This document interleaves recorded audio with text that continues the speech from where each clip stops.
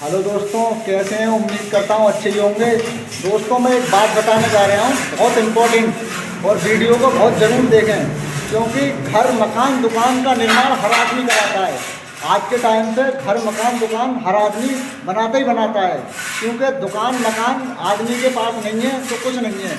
दोस्तों, कुछ मिस्त्री ऐसे हैं हमारे जिन्हें क्या कन्नी पकड़ने का भी तमीज़ नहीं है, और उनके कारनामे आज मैं दिखा रहा हूँ। क्योंकि कभी भी आप सेटरिंग कराएं तो बहुत सोच समझ के। सेटरिंग मिस्त्री कुछ ऐसे हैं कि एक तो चल रही है पक्की सेटरिंग चादर वाली, एक चल रही है पिलाई वाली, और एक चल रही है प्लेट वाली। तो ये 3 सेटरिंगें चल रही हैं। तो इस पर लेंटर डालने का मकसद भी बताऊंगा मैं। चादर वाली अगर सेटरिंग है तो उस पर 6 इंची लेंटर डलना चाहिए, और पिलाई वाली है उस पर भी 6 इंची पड़ना चाहिए, और प्लेट वाली है उस पर भी 6 इंची पड़ना चाहिए।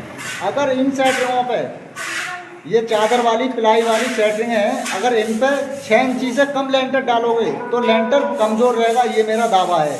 और 6 इंची से ऊपर पड़ेगा लेंटर तो लेंटर कोई कमज़ोर नहीं रहता है पक्की सेटरिंग का। अब क्या है, कुछ मिस्त्री क्या करते हैं कि कच्ची सेटरिंग करके और ऊपर से उस पर प्लास्टर कर देते हैं।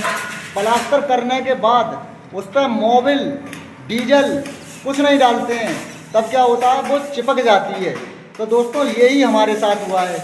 तो अगर कभी भी आप मकान की छत या दुकान की छत पड़वाएं तो उस मिस्त्री से आप अगर कच्ची सेटरिंग के ऊपर पक्की करा रहे हैं, प्लास्टर करा के जैसे कराते हैं चिकना निकले, तो उसके लिए आप इस तरह से घुटाई लगवाओ और इतना मोबिल पड़वाओ ताकि वो छूट जाए। तो दोस्तों, आज एक प्रोसेस हमारे साथ में हुआ है, मैं आपको दिखाना चाहता हूँ कि हमारे जो मिस्त्री ने पहले वाले ने सेटरिंग करी थी, उसने उस पर ना ही मोबिल लगाया और ना ही चिपकाया। तो दोस्तों, ये हैं उन मिस्त्रियों के कारनामे जिन्होंने ये सेटरिंग करी है।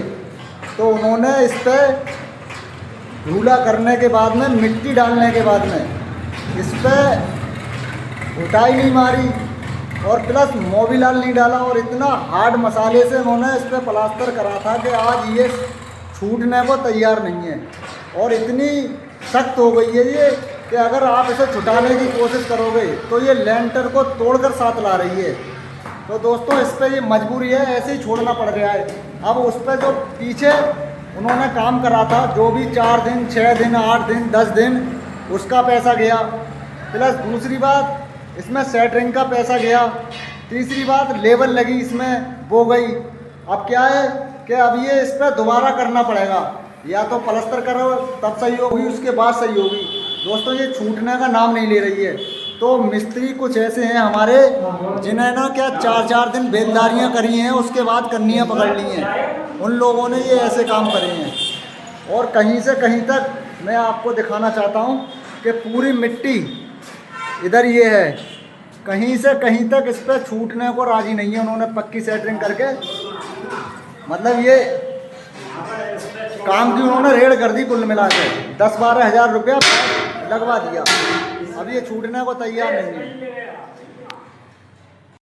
तो दोस्तों, मेरा वीडियो बनाने का मकसद किसी की भावनाओं को ठेस नहीं पहुंचाना है और ना ही किसी के काम को बुरा बताना है। मेरा मकसद ये है कि जब भी अपना आप काम कराएं, अपने मकान का निर्माण कराएं, तो मिस्त्री की राय तो लें ही लें, लेकिन मिस्त्री से ज़्यादा खुद भी सोचें कि हमें क्या करना चाहिए।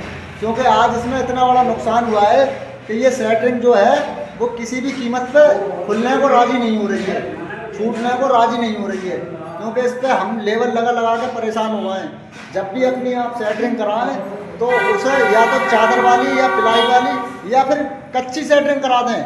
सबसे बेहतर है कच्ची सेटरिंग, मजबूत आई।